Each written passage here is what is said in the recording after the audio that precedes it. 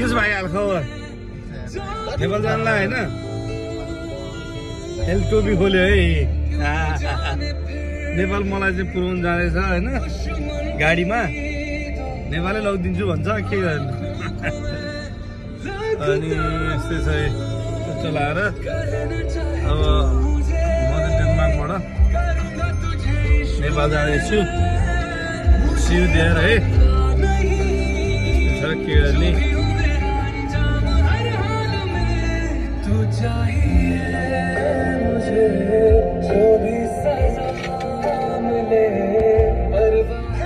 आइपुग्यो हामी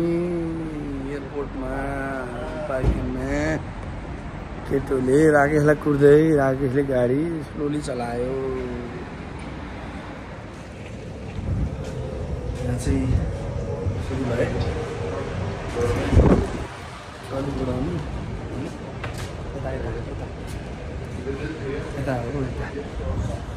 यता हो क्या भाइ फेरि तिमीलाई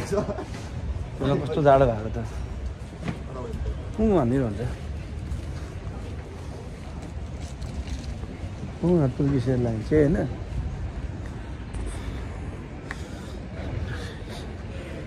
हुँदा त इन्डियन एयरलाइन्स लिएको हो क्या टर्किश एयरलाइन्स बाटो हराएर आउने व्यक्ति पनि हो एयरपोर्ट आउनुलाई ट्याक्रा के कति मिनट लाग्यो एयरपोर्ट आउन भन्दा भाइ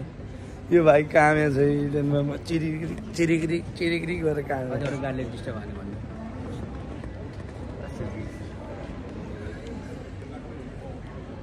भिडियो चाहिँ स्पिड भन्नु मिल्दैन नत्र भन्ने कतिमा जोयल जुस हामी हल्का खाइन्छ होइन के खान्छ तिमी एक्सप्रेसो कफी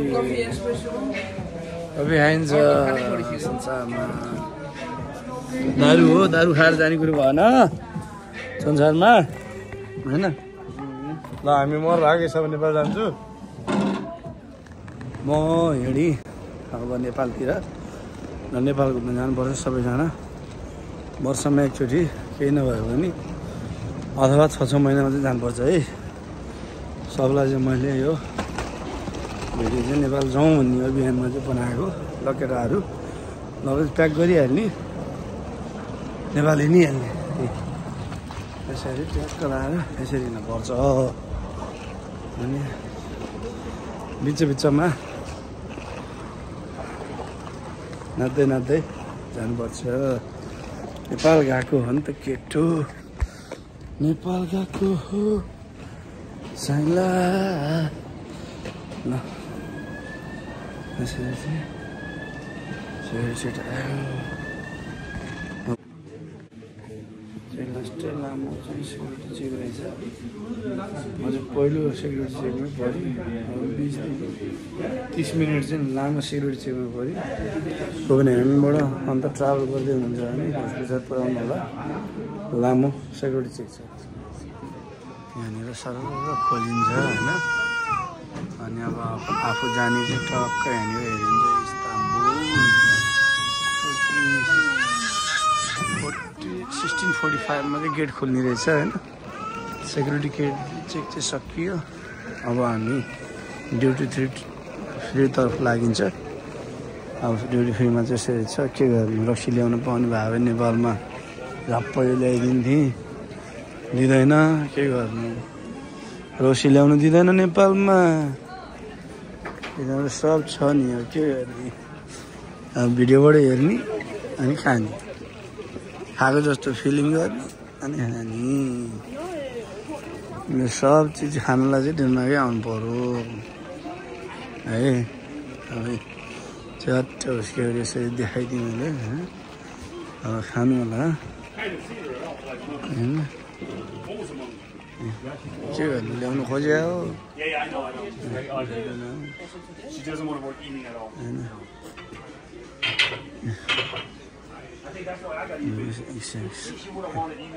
बुल लेभल 1900 यो चाहिँ मैले खाने गरेँ बुल लेभल चाहिँ 2300 को है मैले खान्छु 2300 को हो अनि ग्रिन लेभल मैले खाने गरेको 400 ml 500 रहेछ गोल्ड लेभल यति रहेछ 619 हैन ब्ल्याक लेभलको 57 85 66 219 यस्तो छ के गर्ने ल्याउन पाउँदैन हेर्नै बस्ने त नेपाल ल्याउन पाए मैले एक लगेज हालेर ल्याइदिन्थेँ के लाग्छ र नेपाल ल्याउन नपाउने भएछ केही लाग्दैन सलुट है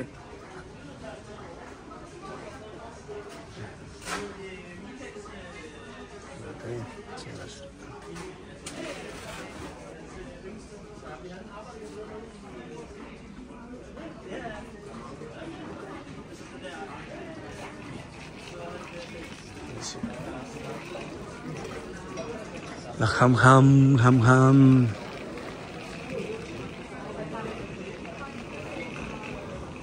एयरपोर्टमा चस्मा किनिदिनु पर्यो एकवटा भनेको चस्मै छैन एउटा पनि एयरपोर्टमा चाहिँ चस्मा छैन है एउटा पनि खाली एयरपोर्टमा चस्मा खाली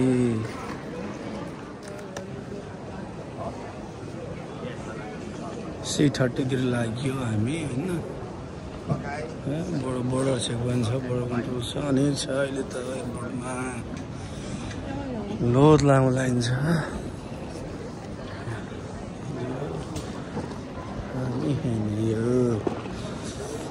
नेपालमा भिजा लिन पर्ने मैले त उनी ल्याउनु बिर्सेछु डलर क्रेडिट कार्ड चढेन भने त मेरो बिजोग हुन्छ नि त्यहाँनिर केही छैन बोलाउनु नि त मान्छे बाहिरबाट पैसा लिएर आऊ भनेर ट्याक्स फ्री मनी कन्भर्टर कहाँनिर छ त खोइ युरो बोकेर जानु पाए भए हुन्थ्यो भनेको युरो होइन के अरे ऊ डलर हुन्छ नेपालमा त यस्तै छ के गर्ने अब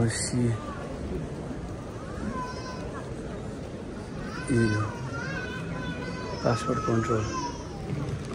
यहाँबाट पासपोर्ट कन्ट्रोल पनि हुन थालेछ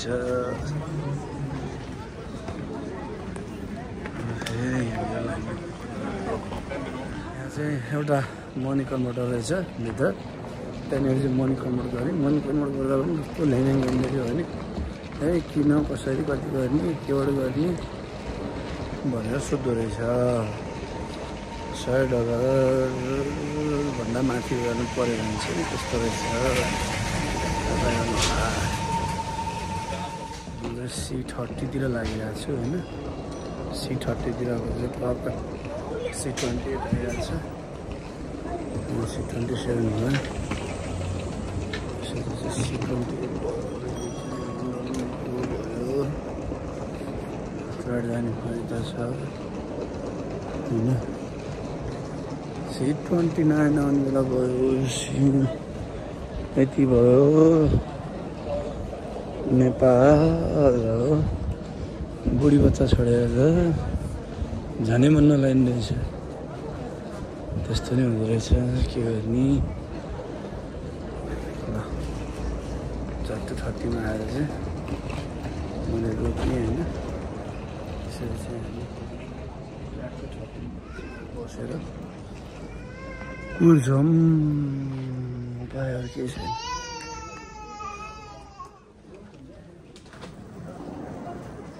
गर्दैछु सबैजना मस्त यताबाट आउँछ प्लेन कनाएर